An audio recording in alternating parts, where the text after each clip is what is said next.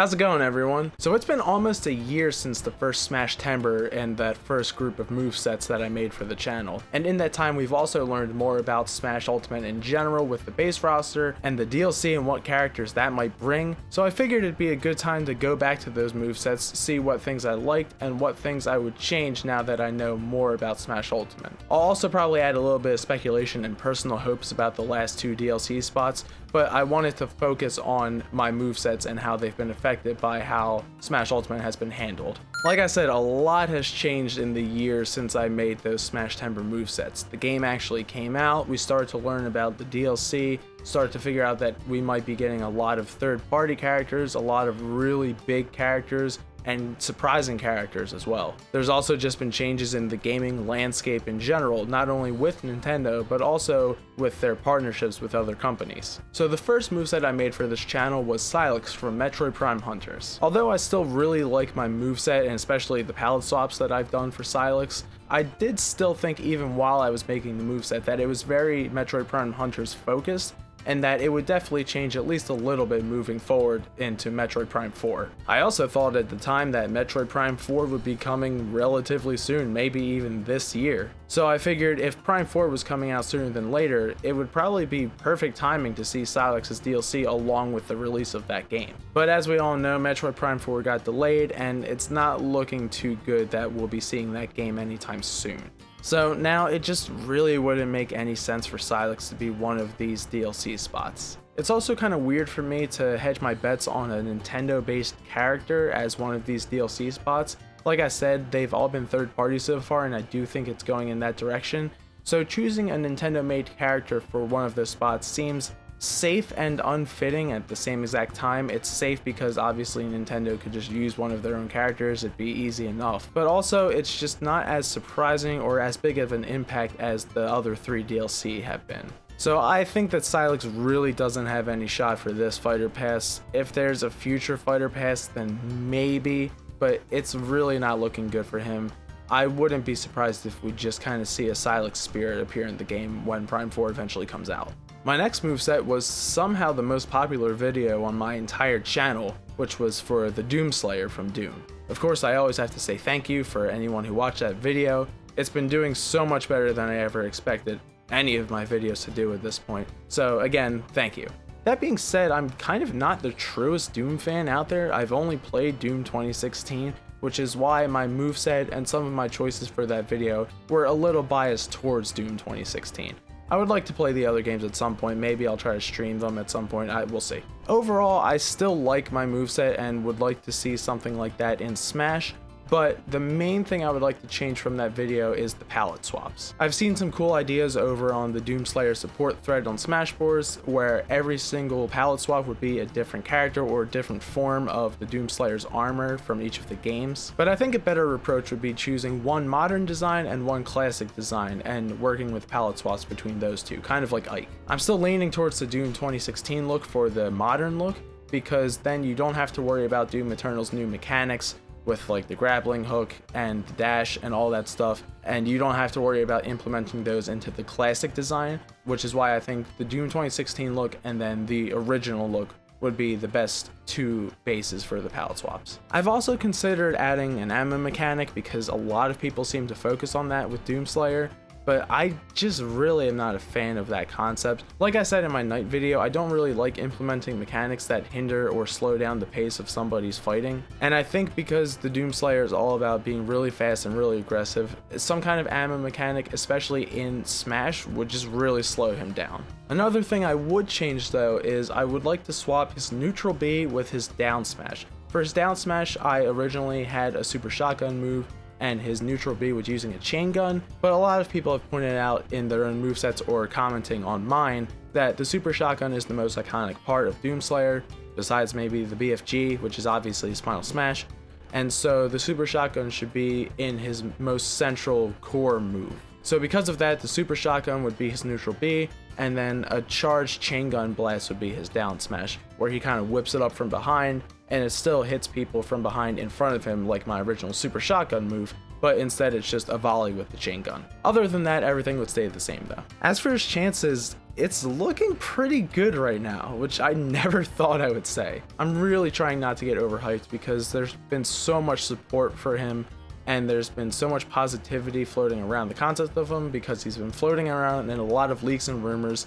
none of which have really been substantiated. Either way, there's been a huge wave of support for the character, which I really like, but I also am trying to keep myself grounded because he's not the most likely character, as much as I would like to think so, and as much as other people say he is. He's still a Western-based character, and we don't know if Banjo is more of an exception to the rule, or if he's kind of a landmark introducing way more Western characters. So time will tell. I think he'd be a great FPS representative the same way that we've gotten JRPG characters and a platforming character now. So I think he'd fit in great, but we'll see what happens. After that, drastically different, I made a moveset for Henry Fleming for Codename Steam. I still like the moveset, but he still has absolutely no chance of getting into the game.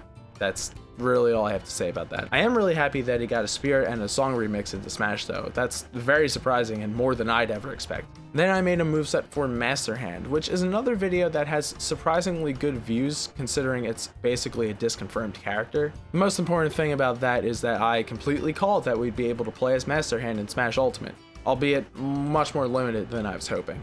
I still really hope they introduce some kind of mode where we can play as Master Hand against our friends who are normal fighters, but I doubt they'll do that. Then moving out of Smash Timber and skipping my Overwatch video because that one doesn't really count, I made a moveset for Steve from Minecraft. This is by far the character who I've seen the most alternate ideas for movesets for, but none of that really matters now because with Banjo in, he has a 0% chance of getting in as a playable fighter, at least in my mind. I think it's way more likely that he shows up as a Mii costume, maybe an assist trophy. I think that would have some really fun mechanics, but that's about it. I still like my moveset, especially some of the smashes and tilts. The only thing I would change is I've kind of grown out of the idea of the inventory move. It's still pretty emblematic of the concept of a survival crafting game, but I think just the place block move is way more important to the character, way more important to Minecraft, and I think that alone should be his neutral special. In those alternate movesets, I saw a lot of people using the crafting table, which I'm not really hype on, and I don't think I would implement it into my own moveset.